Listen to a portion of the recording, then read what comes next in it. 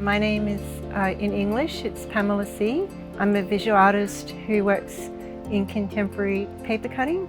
So that involves just removing negative space to create a positive image. The style that I use, it quite closely resembles Foshan paper cutting, which is endemic to Guangdong province, where my mother's family come from in China.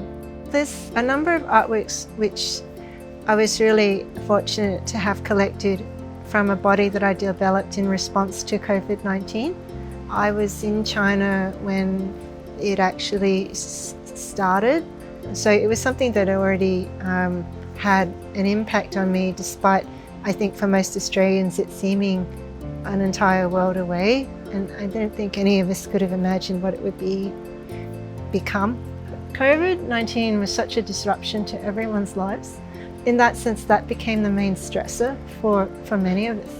And prior to this time, a lot of my work had to do with migration, but that basically ceased in 2020. And I think in this sense that the work is a little bit different.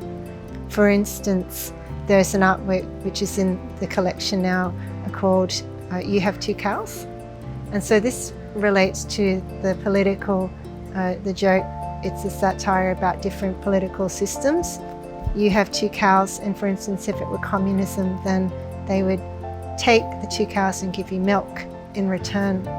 So this artwork depicts two cows, but it also has one of the cows being painted. And why I did that was because the Australian government had just started giving out money to support people in lockdown. It was never going to be a permanent initiative. So when it rains, the paint will wash off.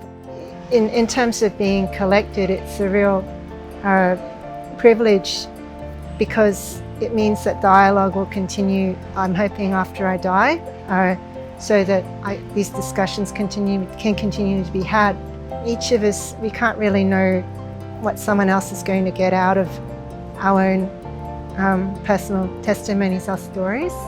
I'm wanting to leave something behind, some clues, so that people in the future might have an understanding as to how we lived.